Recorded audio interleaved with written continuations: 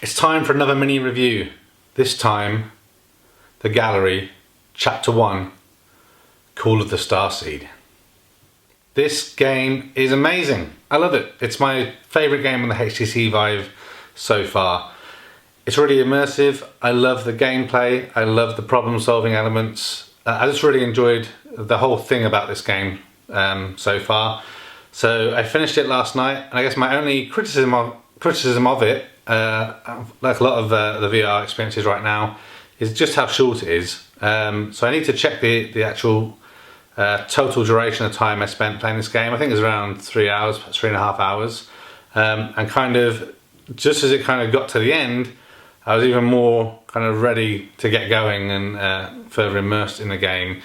So I guess, you know, I'm looking forward to the next chapter, interested to see what that brings and when it's going to come out. They definitely leave the game on a cliffhanger, so it kind of leaves me looking and wanting for more. So what I really liked about this game in general, so from start to the beginning, is, you know, just there's so much to do and interact with. So whether it be, you know, picking up popcorn off the floor and cooking it on the campfire, or you know, swinging a tire, or interacting with a tape player, using the different guns, basically everything. There was just lots of things to do and kind of interact with and experience outside of the specific puzzle solving nature of the game, which is great. I really enjoyed it. So it wasn't just a case of mindlessly wandering around trying to figure out, you know, what am I supposed to do here, what is my purpose, which I've experienced with a couple of other games. So really enjoyed that.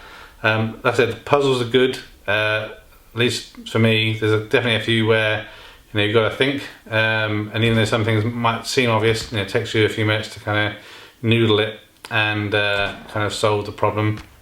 Kind of reminded me a little bit, to some extent, back in the 90s there used to be a program in the UK called the Crystal Maze, and some of the challenges and puzzles they had to solve in there kind of felt a little bit similar in the game, which was good. The narrative for the game is also really good, so the story and kind of how you find different tapes and put them in an old, which looks like an old Sony Walkman, obviously isn't called Sony Walkman for trademark purposes. Really enjoyed that as well. I also quite like the method that they've come up with around kind of how you move and teleport. So obviously, depending on your room space area, you obviously have the ability to move around freely, but you obviously need to teleport as well. So they have a technique that they call blink, and basically you hold down a button on the controller, and then actually where you're looking, you'll see the next point that you're going to teleport to. And I found that to be pretty intuitive and easy to use. You know, no problems or concerns there. So the whole game, like I said, I really enjoyed it.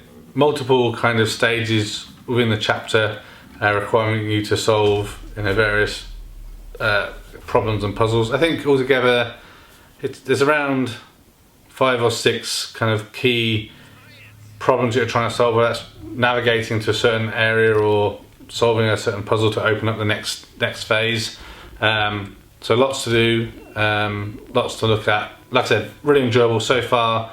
This has been my favourite game on the HTC Vive to play for extended period of time.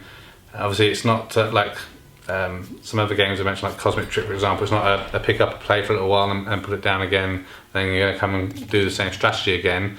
I probably will enter this game again, just have a little look around, see if there's anything I missed. The only thing that I guess I didn't understand, and perhaps one of you guys will work out, and perhaps you can tell me, lots of starfishes around that you can pick up. Not quite sure if there's something that was missing with that, other than just throwing them around and kind of thinking they were kind of funky. Didn't spot what the purpose of that was, but really enjoyed the game. I think the graphics look great, and obviously you can make your own decision from the overlay clips that I've been showing here. But yeah, great game. I recommend it. I think it's about £15 or something in the UK, so not overly expensive. And I guess the question will be, how many chapters are there, and how does that add up over time? But really enjoyable. Think it's worth checking out. So thanks for watching. I hope you enjoyed the video. Please like, share and subscribe. Bye for now.